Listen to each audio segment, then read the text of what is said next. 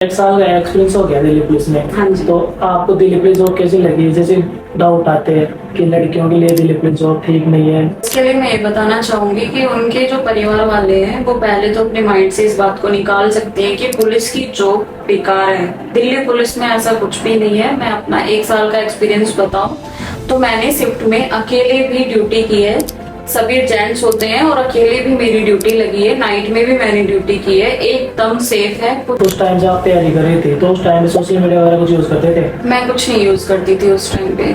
आपके दिमाग में दिल्ली पुलिस का कैसे ख्याल है कि दिल्ली पुलिस में क्यों ज्वाइन करिए ऐसा? दिल्ली पुलिस जो है वो पहले से ड्रीम रहा कि दिल्ली पुलिस मिल जाएगी तो इससे अच्छा मेरे लिए शायद कुछ नहीं होगा। आपकी लिस्ट आई थी, थोड़ा डीपली बताना फील करके। जिस दिन आपकी लिस्ट आई थी तो उस दिन क्या माहौल था, किसने बताया, आपने खुद ने देखा, आपके घर वालों का क्या क्या रिएक्ट था उस मोमेंट पे?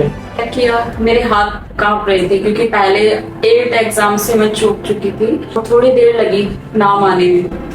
सर्च करता है ना, सर्चिंग चलती है, तो मेरा नाम आने में थोड़ी देर लगी। और जब मैंने देखा कि मेरा नाम आ गया है तो मैं बता नहीं सकती मैंने क्या फील किया। मतलब एकदम से ना सब शांत सा गया, शांत सा हो गया चारों तरफ।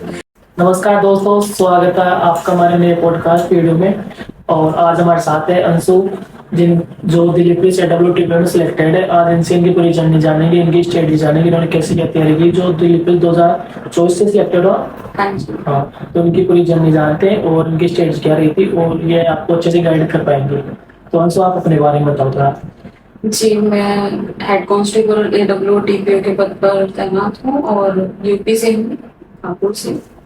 और 2022 में वैकेंसीज आई थी और 24 में ट्रेनिंग हुई और अभी पोस्टिंग हो चुकी है। अच्छा, तो लगभग कितना एक्सपीरियंस हो गया आपको दिल्ली पुलिस में ज्वाइन किए? अब मुझे लगभग 1 साल कम्प्लीटली टाइम 1 साल हो गया है मुझे जॉब करते हुए। अच्छा। और ट्रेनिंग जो थी हमारी वो 4 महीने उसमें। तो आपका 1 साल का एक्सपीरियंस हो गया दिल्ली पुलिस में। हाँ जी। तो आपको दिल्ली पुलिस जॉब कैसी लगी? जैसे डाउट आते हैं कि लड़कियों के लिए दिल्ली पुलिस जॉब ठीक नहीं है।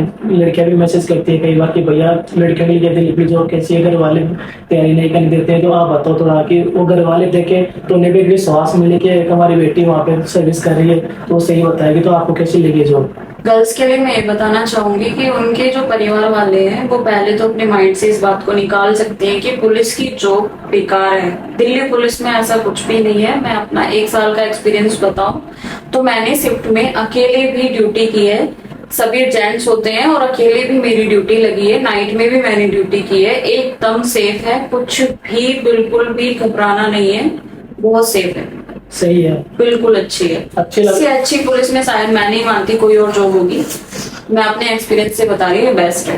अच्छा, तो आपने केवल दिल्ली पुलिस का एग्जाम दिया था या फिर इसके अलावा और भी एग्जाम दिया? इससे पहले मैंने SSC GD, railway police, UP police और बाकी हेड कांस्टेबल वो होता है ना, CISF वगैरह, ये सभी दिए हुए हैं और क्रैक किए हुए हैं। मेरा जो है फिजिकल की वजह से मैं नहीं जा पाती थी, वरना पहले से ही मेरी चाहत थी कि मैं यूनिफॉर्म पहनूं।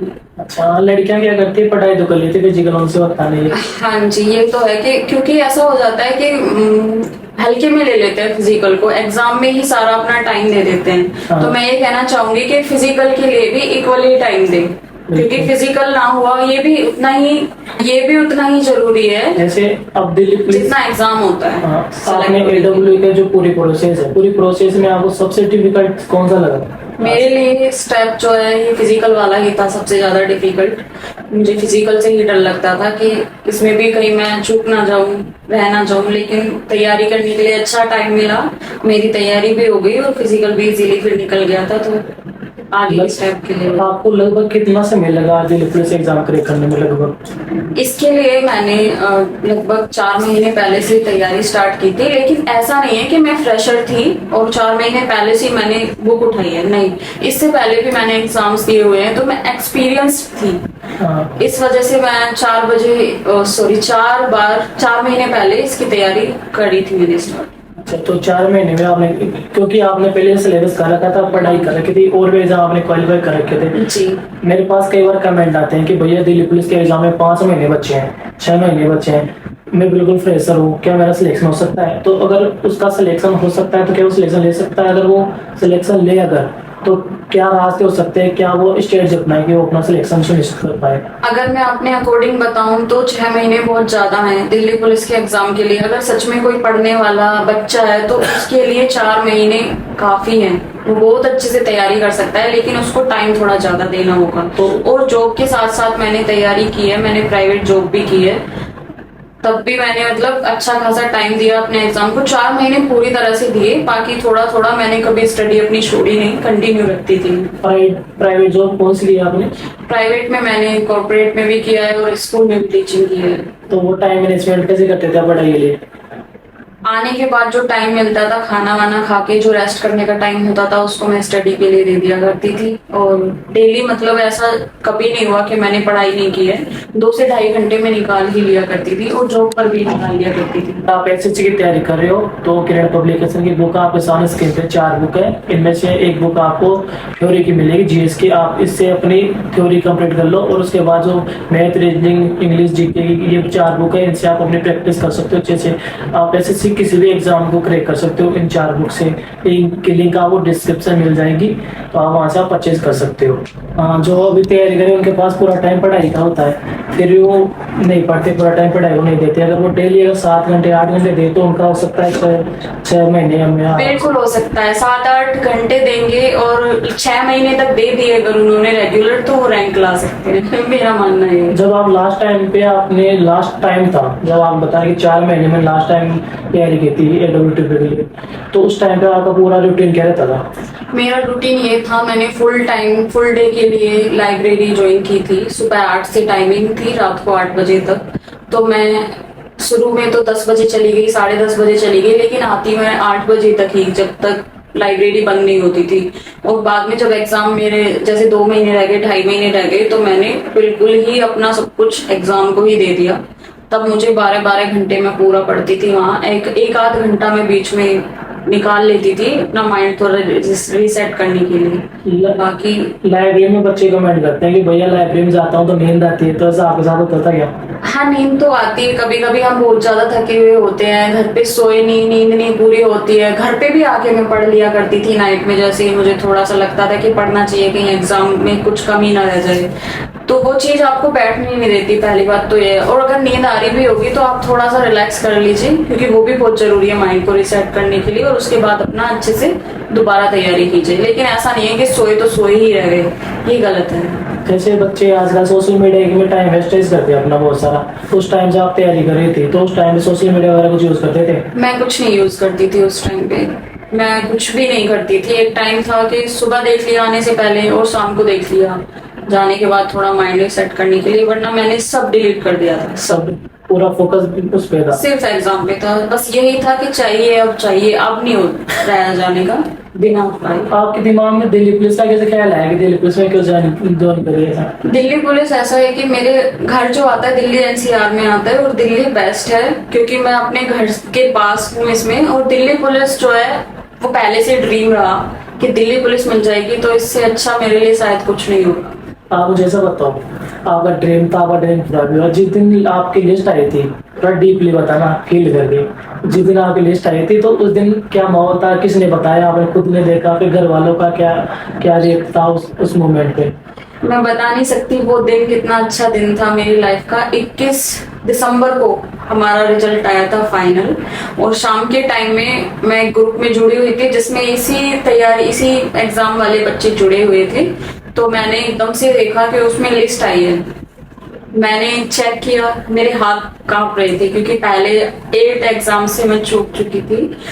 तो जब मैंने चेक किया और थोड़ी देर लगी नाम आने में, सर्च करता है ना, सर्चिंग चलती है, तो मेरा नाम आने में थोड़ी देर लगी। और जब मैंने देखा कि मेरा नाम आ गया है, तो मैं बता नहीं सकती मैंने क्या फील किया। मतलब एकदम से ना सब शांत सा गया, शांत सा हो गया चारों तरफ, और दिल में उछाल सा आ गया है कि यार हो गया है, अब हो गया है ये। फिर मैं सबसे पहले भाग के मैं अपने मम्मी पापा के पास गई। मैं ऊपर थी रूम में अपने, और नीचे मम्मी पापा थे। मैं सबसे पहले जल्दी भाग के, मैंने ये भी नहीं देखा कि मैं गिर भी सकती हूँ कुछ या चोट लग सकती है, बस भाग के गई और जाके बस यही बोला कि मम्मी हो गया, पापा हो गया, सिलेक्शन हो गया। मेरे मम्मी पापा की आंखों में आंसू थे और मेरे खुद की आंखों में भी आंसू थे उस टाइम पे बताते हुए। इस टाइम ऐसा लगा हुआ कि आज तो सर पे जो सारा बोझ था हाँ, वो मेरी रोशन होगा। मम्मी ने बोला कि आज मेहनत रियल मायने में सफल हुई है, हर बार रह जाती है, लेकिन आज जो है वो दिन वही बता सकता है, आप भी जानते होंगे। जैसे हम तैयारी करते टाइम कई बार डिमोटिवेट होते हैं, रोना भी आता है, ऐसा कभी आपके साथ होता था? बिल्कुल बिल्कुल, बहुत हुआ है डिमोटिवेशन। सबसे बड़ा यही कि फाइनल की जो चिंता होती है ना, वो हर एक स्टूडेंट को सताती है जो सच में ही एग्जाम के लिए सीरियस होता है, जिसने बहुत ज्यादा दिल से मेहनत की हुई होती है। वो सही रोना। इंसान ना उसको वो सच में रोता है, मैं यही कहना चाहूंगी, वो रोता है, वो ये इस डर से रोता है कहीं मेरी मेहनत खराब ना हो जाए, फाइनल में अगर मेरा एक पॉइंट से भी रह गया या एक नंबर से रह गया तो क्या होगा। क्योंकि वो बहुत कुछ सपने देख चुका होता है अपनी नौकरी को लेके कि अगर मेरा सिलेक्शन हो जाएगा, मैं यूनिफॉर्म में ऐसा दिखूंगा या दिखूंगी, ऐसे करूंगा, सबसे पहले किसको फोटो भेजूंगा, बहुत सारी चीजें होती हैं। तो उस डर को ओवरकम कैसे करते थे आप? मैं उस डर को क्या कम करती थी, ये तो कभी मेरा कम नहीं हुआ है। ये जैसे जैसे टाइम पास आ रहा था एग्जाम का, रिजल्ट का, ऐसे ऐसे और बढ़ता इस जाता। पे मैं बोलना चाहूंगा, ये डर कभी खत्म भी नहीं होगा जब तक नहीं। आपका फाइनल लिस्ट में नाम नहीं आ जाएगा ना। आप बोलोगे आपका लिस्ट में नाम आ जाएगा, फिजिकल की लिस्ट में, फिजिकल क्लियर कर दोगे आप, फिर आप सोचो कि फिजिकल हो गया, मेडिकल हो जाए, ये डर कभी खत्म नहीं होगा जब तक आप फाइनल लिस्ट में नाम नहीं आएगा ना, डर खत्म नहीं होगा। ये चीज हमारे साथ ही होती है, जब तक फाइनल लिस्ट में नाम नहीं आएगा तब तक डर खत्म नहीं होगा। होता, और रोना भी आता है कहीं, हाँ। अगर ऐसा हो गया तो क्या होगा, मैं कैसे करूंगा, कैसे करूंगी, ये सब भी पहले से फील होता है। बिल्कुल। तो हम थोड़ा इसमें और पूछते हैं आपसे, इसमें क्वालिफिकेशन क्या है? क्वालिफिकेशन इसमें चाहिए 12th पास होनी चाहिए आप, लेकिन आपके पास साइंस साइड होनी चाहिए। साइंस साइड में भी पीसीबी नहीं चलेगा, पीसीएम चाहिए, PCM मतलब चाहिए। मैथ के साथ फिजिक्स होना बहुत जरूरी तो जो है, वही तभी फॉर्म- आप एलिजिबल होगे इसको भरने के लिए। और एज कैटेगरी के इसमें कितने एज तक ही भर सकते हैं फॉर्म? एज तो 18 से 25 है। अच्छा, और लड़कियों की हाइट कितनी मांगते हैं आप? लड़कियों की हाइट इसमें जनरल कैटेगरी और ओबीसी के लिए इसमें 157 सेंटीमीटर मांगते हैं, एससी के लिए भी 157 सेंटीमीटर मांगते हैं और एसटी के लिए इसमें 155 सेंटीमीटर की हाइट मांगते हाँ, वो छूट मिल जाती है उनको। हैं। और ऐसे ही एज में भी जो भी तैयारी करें WTP की, तो उनको डॉक्यूमेंट कौन कौन से बनवा लेने चाहिए अभी? सबसे पहले बॉयज के लिए तो इसमें शायद लाइसेंस जरूरी नहीं है। आज से मुझे हाँ, जरूरी है। 10th 12th आपके पास होनी चाहिए। 10th 12th में जो आपकी मार्कशीट है उसमें होना चाहिए फिजिक्स और मैथ, क्योंकि मेरे साथ ऐसे भी हुआ था, मेरे साथ नहीं हुआ, फिजिकल देने आई थी एक लड़की, लेकिन वो पीसीबी से थी, तो फिजिकल के तुरंत बाद ही डॉक्यूमेंट वेरिफिकेशन होता है एक बार, हाँ, तो उसमें उसको बाहर कर दिया था, जबकि उसने फिजिकल क्वालिफाई कर लिया था। हाँ, तो पीसीबी नहीं होना चाहिए, पता नहीं उसने कैसे फॉर्म फिल कर दिया, समझ नहीं आई बात। तो मैथ होना बहुत जरूरी है। तो यही हो गया, बाकी आपके जो बेसिक डॉक्यूमेंट्स हैं, 10th 12th की मार्कशीट, हाँ, आधार कार्ड वगैरह और पैन कार्ड हो गया। कास्ट सर्टिफिकेट हो गया, ये सब चीजें तो बेसिक हैं, ये होनी ही चाहिए। कास्ट सर्टिफिकेट सेंट्रल का बनवा लेना आप। हाँ, वैसे मांगा नहीं था, लेकिन आप बनवा के रख लो तो ज्यादा अच्छा है, ओबीसी वालों के लिए मोस्टली होता है। हाँ, और इसे हम बात करें, जैसे आप पढ़ते थे तो करंट अफेयर आप कैसे क्या पढ़ते थे?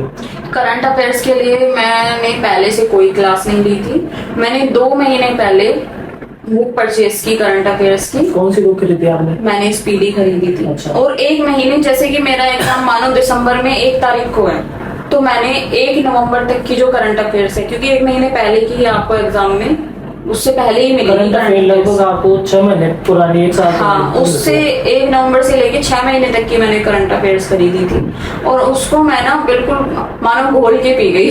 अच्छा। मैंने उसको बहुत डीपली पढ़ा था, बहुत डीपली। एक बुक ली थी, स्पीडी बुक ली थी आपने? स्पीडी की बुक से।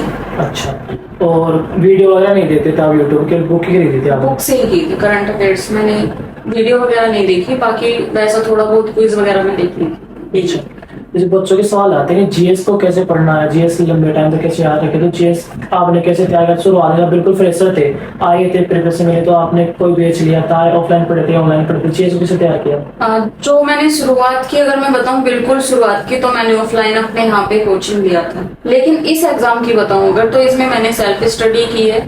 और जीएस के लिए सबसे पहले तो आप कोई भी सब्जेक्ट है, जीएस ही नहीं बोलूंगी, उसका पहले निकाल लीजिए सिलेबस के टॉपिक क्या क्या दिए हैं, फिर उन टॉपिक्स को आप क्लियर कीजिए। अगर आपके पास बुक्स हैं, बुक से क्लियर कर पा रहे हो तो ठीक है, नहीं तो आप यूट्यूब पे सर्च मार सकते हो टॉपिक और उसके बाद वहां से पढ़ सकते हैं उसको।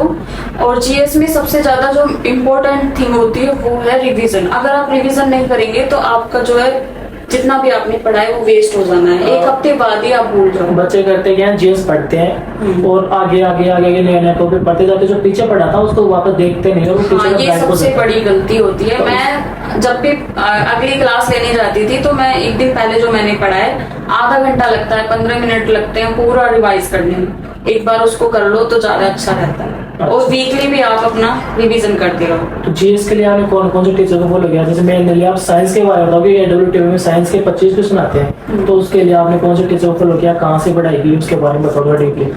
साइंस के लिए मैंने किसी एक टीचर को ही फॉलो नहीं किया है, मैंने बहुत जगह से साइंस को देखा है। मतलब मैंने अपने जानकारी में मेरे कुछ स्टूडेंट्स थे, उनकी 8th क्लास की बुक से, 7th की बुक से, 10th की बुक से भी पढ़ा मैंने, और बाकी जो मेरे पास कंपटीशन की बुक्स थी वहां से भी मैंने कवर किया।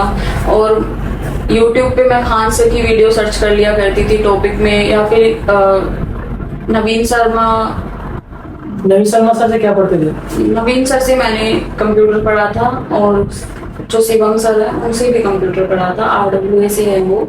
और जो साइंस की मुझे वीडियो मिलती थी RWA से, वो धर्मेंद्र भाटी सर की मिलती थी। अच्छा, धर्मेंद्र भाटी सर फॉलो किया। और खान सर से क्या क्या पढ़ा? खान सर का मतलब ऐसा होता है कि एक टॉपिक कोई अच्छा टीचर पढ़ा रहा है, दूसरा कोई और पढ़ा रहा है, तो जिसका ज्यादा अच्छे से समझ में आ रहा है मैं वो देख लेती थी। तो कभी कभी ऐसा भी होता था कि एक टॉपिक की मैं 4 से 5 वीडियो देख रही होती हूँ और उसमें से नोट्स बना रही होती हूँ, ऐसा भी होता है। अच्छा, तो जब आप पढ़ाई करते थे, स्टार्ट किया था, उस टाइम पे आपने खुद के नोट्स बनाए थे या नहीं बनाए थे? मैंने सभी अपने सारे सब्जेक्ट्स के नोट्स बनाए थे खुद से ही। नोट्स शॉर्ट नोट्स जरूरी है ना? नोट्स बनाने बिल्कुल जरूरी है, और शॉर्ट नोट्स बनाइए, कुछ भी लेंथी मत लिखिए उसमें। और मेरे नोट्स इस तरह के कि उनको मैं ही समझ सकती हूँ, क्योंकि मुझे ही पता है पॉइंट मैंने किस लिए ऐड किया हुआ है, क्यों है ये पॉइंट वाइज नोट्स बनाइए, ज्यादा अच्छा रहेगा। और थोड़ा मैथ के बारे में बताओ। मैथ में बच्चे बोलते हैं कि मैथ में टीचर से वीडियो देखते हैं और जो बुक से सवाल लगाते हैं तो सवाल लगते नहीं है, तो बुक मैथ को कैसे तैयार करें बच्चे? मैथ में यही है, एक तो सबसे पहले तो आप अपनी वीडियो तो देखनी ही होगी टीचर से, किसी भी आप ऑफलाइन भी पढ़ रहे हो तो आपको पहले वहां से अच्छे से समझना है। फॉर्मूलाज आपको आने चाहिए, रखना आना चाहिए फॉर्मूलाज में डिजिट्स को, जो भी आपकी है वो सबसे पहले अगर आपको आ गया तो ज्यादा अच्छा है। और कैलकुलेशन के लिए बहुत सारी चीजें लर्न करनी होती है, वो भी आपको लर्न होनी चाहिए। और बात रही है कि जब हम खुद से सवाल करते तो हो नहीं पाते, ये सबके साथ होता है, उसके लिए प्रैक्टिस ही करनी होती है। आपको पहले सवाल में आपने किया और आपसे नहीं हुआ तो आप डिमोटिवेट हो जाते हो, शायद अगला भी नहीं होगा। आप कोशिश कीजिए, दूसरा नहीं होगा तीसरा होगा, तीसरा नहीं होगा चौथा होगा, और जब ऐसे 4-5 क्वेश्चन कर लोगे तो फिर आप देखोगे खुद ही होने लगेंगे। प्रैक्टिस करनी है डेली, 20 क्वेश्चन की प्रैक्टिस की स्टार्ट की, 40 क्वेश्चन की प्रैक्टिस की, और फिर स्पीड भी गेन होगी आपकी, जैसे आप प्रैक्टिस करते जाओगे। जितना रजिस्टर भरोगे ना मैथ में, उतना ज्यादा आप मैथ में अच्छे हो जाओगे। प्रैक्टिस करो, प्रैक्टिस पेन और रजिस्टर खर्च करते रहो जितना करा जा सके। सही है। आपकी AWTP की ट्रेनिंग कितने मंथ की होती है? ट्रेनिंग जो है हमारी 6 मंथ की थी, हमारे पास नोटिस भी जो था वो भी 6 मंथ का था। मैं ट्रेनिंग के लिए सामान भी अपना 6 मंथ के हिसाब से लेके गई थी, लेकिन वहां पर जाके हमें पता चला कि हमारी सिर्फ 15 हफ्ते की ट्रेनिंग होने वाली है, और ये सुनकर सभी बहुत खुश हुए थे। हाँ। और मैं भी बहुत खुश थी। तो इस बार तो 15 हफ्ते की हुई थी, नेक्स्ट टाइम शायद 6 मंथ की ही हो। अच्छा, तो ट्रेनिंग में कैसा एक्सपीरियंस रहा आपको? कैसे दोस्त मिले आपको? ऑल इंडिया के दोस्त मिलते हैं या फिर आपकी तरफ के ज्यादा मिले? हाँ, ऑल इंडिया थे, सब मिक्स थे, कोई हरियाणा से, कोई यूपी से, कोई राजस्थान से, कोई मध्य प्रदेश से, कोई उत्तराखंड से, तो जगह जगह से साथी थे वहाँ पे। लैंग्वेज वगैरह सभी समझ में आ जाती है आपस में? हाँ, वहाँ तो सब हिंदी ही बोलते थे, और बाकी अगर वो अपने घर पे किसी से बात कर रहे हैं कॉल पे तो वो सुन लिया तो वो सर के ऊपर से जाते। अच्छा। हाँ, वो समझ नहीं आता। और आपकी ट्रेनिंग टाइम में सैलरी क्या थी और करंटली सैलरी क्या है? मैं अगर आपको बताऊं, आप भी जानते होंगे, दिल्ली पुलिस की सैलरी जो है वो 3-4 महीने की इकट्ठी आती है, तो पूरा ट्रेनिंग मुझे 1 भी रुपया नहीं मिला है। हाँ। ट्रेनिंग खत्म होने के बाद जब पास आउट हुए हम, उसके बाद मेरी सैलरी आई थी, और वो आई थी लगभग 48,000 के आसपास। और वही कम सैलरी थी सबसे। उसके बाद जो अगली सैलरी आएगी वो तो अच्छी खासी अमाउंट आया, क्योंकि इकट्ठा आया था 3-4 मंथ का। और अभी करंटली मैं अपनी सैलरी अगर बताऊं तो 54+ है। 54+ सैलरी आती है? हाँ जी। अच्छा, इसमें आपके जो WTPO में टेस्ट होता है, तो टेस्ट में क्या क्या चीज होती है? ट्रेड टेस्ट में इसमें एक डिक्टेशन की तरह टेस्ट होता है, हिंदी और इंग्लिश की डिक्टेशन की तरह। ऑफिसर्स बोलते हैं, स्पीकर्स लगे होते हैं, वहीं से हमें सुनाई देता है, हमें वो सुन के अच्छे से लिखना है, क्लियर। क्योंकि जो अभी मैं जान पा रही हूँ कि क्यों हुआ ये टेस्ट, अभी ट्रांसमिशन होती है ना सेट पे, तो वो आवाज आती है, जो भी ट्रांसमिशन QST की उन्होंने, वो सब हम जल्दी जल्दी लिखते हैं, तो इसीलिए शायद ये टेस्ट होता है। तो उसमें कुछ नहीं है, घबराने की बात नहीं है। आप लोग तैयारी करेंगे तो अपने किसी भाई बहन की हेल्प भी ले सकते हो, वो आपको बोल दे डिक्टेशन और आप उसको लिखो और देखो कितनी मिस्टेक कर रहे हो। 50% मिस्टेक अलाउ है, अगर उससे ज्यादा होती है तो बाकी फिर आप फेल हो। और पढ़वाया भी जाता है आपसे, हिंदी भी कराई जाएगी, रीड होगी, इंग्लिश भी कराई जाएगी। डिक्टेशन में इंग्लिश और हिंदी दोनों लिखवाते हैं? जी, दोनों पढ़वाएंगे भी और लिखवाएंगे भी। पढ़वाते भी और लिखवाते भी, कैमरा के आगे पढ़वाते हैं। अच्छा, अच्छे से। और इसमें जैसे मॉक टेस्ट आपने कहाँ से दिए और कितने मॉक टेस्ट दिए होंगे? पूरी दिल्ली पुलिस के आपने AWW के मॉक टेस्ट कितने दिए होंगे? मॉक टेस्ट का ये था कि ये वैकेंसी बहुत टाइम बाद आई थी, तो कोई सबने बस अपने आइडिया से मॉक टेस्ट बना के अपने अपने चैनल पे या ऐप पर डाले हुए थे। तो और मैंने एक प्रैक्टिस सेट वैसा भी लिया हुआ था, जिससे मैं लगा लिया करती थी डेली, जब मेरा थोड़ा कोर्स कंप्लीट होने लगा। तो मैं सिर्फ इसी के नहीं लगाती थी, मैं दिल्ली पुलिस के जितने भी प्रीवियस ईयर्स हैं, चाहे वो कांस्टेबल हो, मैंने ड्राइवर के भी टेस्ट लगाए हैं, क्योंकि उसमें बाकी तो आता ही है ना, रीजनिंग मिल जाएगा मुझे, वही SSC का, और कंप्यूटर मिल जाएगा, उसमें नहीं आता है शायद, लेकिन कांस्टेबल में आता है। SCM के भी लगाए हैं, इंग्लिश छोड़ दिया करती थी, लेकिन मैंने तैयारी की थी उसके साथ में, तो वो भी लगाए हैं। और CGL भी लगाए। मतलब ये था कि अपनी टाइमिंग काउंट करनी है तो टाइमिंग घट जानी चाहिए, और प्रैक्टिस तो हो ही रही है, आप चाहे कोई भी टेस्ट लगाओ। तो जो तैयारी करें बच्चे, तो उनको मॉक टेस्ट देने कितने जरूरी है? बहुत ज्यादा जरूरी है। आप अगर टेस्ट नहीं दोगे तो आप वहां पर अपना जो प्रेशर है, रियल एग्जाम फील है और टाइमिंग है, वो सब हैंडल नहीं कर पाओगे। जरूरी है मॉक टेस्ट, बहुत जरूरी है। उससे आपकी टाइमिंग कंट्रोल होगी, आपको पता लगेगा कि आप कौन सा सब्जेक्ट का पोर्शन कितने टाइम में कर रहे हो। रीजनिंग का आप कितने मिनट में कर चुके, कंप्यूटर कितने मिनट में निकाल लिया आपने, ये सब। जैसे मैं डिसाइड करती थी कि मैं शुरू के 5 मिनट में कंप्यूटर करना है, मुझे 10 क्वेश्चन आते हैं ओनली, 5 से पहले ही मैं कर लेती थी। सीक्वेंस पता होना चाहिए कि पहले कौन सा। हाँ, ये सब चीजें आपको मॉक टेस्ट से पता चलेगी कि आपको कौन सा सब्जेक्ट पहले करना है, कौन सा बाद में करना है, और क्या क्या टाइमिंग में वो कवर करना है। एग्जाम हॉल में बहुत जरूरी है। जितना जरूरी एग्जाम की तैयारी करना है, उतना ही जरूरी ना परफॉर्मेंस करना है एग्जाम में। अगर आपको ये बेसिक स्टेप्स नहीं पता होंगे तो बेकार होंगे, मेहनत खराब हो सकती है। एक बच्चों की पढ़ाई करते टाइम दिमाग में डाउट आता है मेडिकल के ऊपर कि दिल्ली पुलिस का मेडिकल कैसा होता है, तो दिल्ली पुलिस का मेडिकल दिल्ली पुलिस करवाती है या फिर CAPF करवाती है, तो कैसा क्या मेडिकल होता है? लड़कियों का कैसा मेडिकल होता है आपके साथ, आपके स्टाफ में? मैं अपना बताऊं तो अच्छा खासा मेडिकल होता है इसका, क्योंकि ये भी हमारी उसमें आती है, सेंट्रल में आती है, तो इजी तो नहीं होता है। दिल्ली पुलिस का मेडिकल अच्छा होता है, और कहीं कहीं हॉस्पिटल्स में 3-3 दिन भी लगाए थे। मुझे जो हॉस्पिटल मिला उसमें एक ही दिन में सब कुछ हो गया है, लेकिन चेकिंग अच्छे से होती है हर चीज की। अच्छा, तो ये डिपेंड करता है कि डॉक्टर वाले स्टाफ कैसा है, डॉक्टर पे भी डिपेंड। हाँ, क्योंकि कुछ हॉस्पिटल्स ने 3-3, 4-4 दिन भी लगाए हैं, तो वेरी करता है कि डॉक्टर किस टाइप का है। अच्छा डॉक्टर वो तो मुझे अच्छा हॉस्पिटल मिल गया। मेरा सुबह में गई थी मैं, और शाम तक मैं फ्री हो गई थी मेडिकल। और क्या बुक्स आपने कौन कौन सी फॉलो की होगी इस जर्नी में? बुक्स जो थी वही, एक तो आपके पास लुसेंट होनी चाहिए, वो मेरे पास भी थी। राकेश यादव सर की मैथ की बुक थी, उनके क्लास नोट्स भी थे मेरे पास। और RS अग्रवाल की बुक हो गई, और भी CBSE बोर्ड की ले सकते हो। और बेसिक बुक थी आप? हाँ, रीजनिंग वगैरह तो प्रैक्टिस से ही आता है, और बाकी अच्छे से सीखने के लिए अरिहंत ले सकते हो। वो आपने इसके लिए कोई बेच लिया था क्या? नहीं, मैंने इसके लिए कोई बैच नहीं लिया। मैंने YouTube से मैंने टॉपिक निकाले, टॉपिक से ही मैंने तैयारी की, जहाँ मुझे सही लगा, चाहे वो बुक में सही लगा, चाहे YouTube पे सही लगा, चाहे वो किसी और चीज में से। आपको बच्चे बोलते भाई इम्पोर्टेंट टॉपिक्स बता दो, तो ये इम्पोर्टेंट टॉपिक्स का वो पता कैसे चलता था? इम्पोर्टेंट टॉपिक्स कुछ नहीं है, जितना भी आपका जब नोटिफिकेशन आएगा उसमें जो सिलेबस दिया होगा आप वो निकाल के अपने टेबल पर चिपका लीजिए। उसके सारे सिलेबस आपको अच्छे से आनी चाहिए करनी, और कुछ नहीं है। उनसे बाहर आपको एक पॉइंट भी नहीं मिलेगा एग्जाम में, बस आपके वो टॉपिक होने चाहिए। आपको बिल्कुल ऐसा नहीं लगेगा कि इन टॉपिक से बाहर, चाहे आप देख के आने के बाद चेक कर सकते हो कि टॉपिक से बाहर तो नहीं आया कुछ भी बाहर से नहीं आएगा। प्रीवियस ईयर क्वेश्चन पेपर देखो, उनसे आपको पता चल जाएगा। प्रीवियस ईयर से तैयारी करो, अपने टॉपिक्स को क्लियर रखो जो भी है हर सब्जेक्ट। अब आपको जो आपकी बहनें देख रही है छोटी, जो तैयारी कर रही है, तो उनको आप क्या सलाह देना चाहोगे कैसे आगे फ्यूचर के लिए? सबसे पहले तो मैं ये कहना चाहूंगी कि डिमोटिवेट भी होते हैं बहुत लोग, और लड़कियों को खासकर जगह जगह पे रास्ते में मिलते रहते हैं जो डिमोटिवेट करते रहते हैं कि लड़कियों के लिए पुलिस की जॉब ये है, वैसी है, ऐसी है। ऐसा कुछ भी नहीं है, प्रॉपर इज्जत वाली रेस्पेक्ट वाली जॉब है, कुछ भी खतरा नहीं है किसी लड़की को, और सेफ हो गए आप यहाँ पे आओगे तो बहुत अच्छी जॉब है। आपके जैसे आसपास आपका सिलेक्शन हुआ, आपके आसपास के लोग थे मोहल्ले के गली के, उनका क्या रिएक्शन रहता था? हाँ, वो पहला वाला जो था वो आजकल नहीं रहता है। बदलाव देखने को मिला? हमारे यहाँ पे तो ऐसा होता है कि जेलस हो जाते हैं लोग थोड़ा। अच्छा।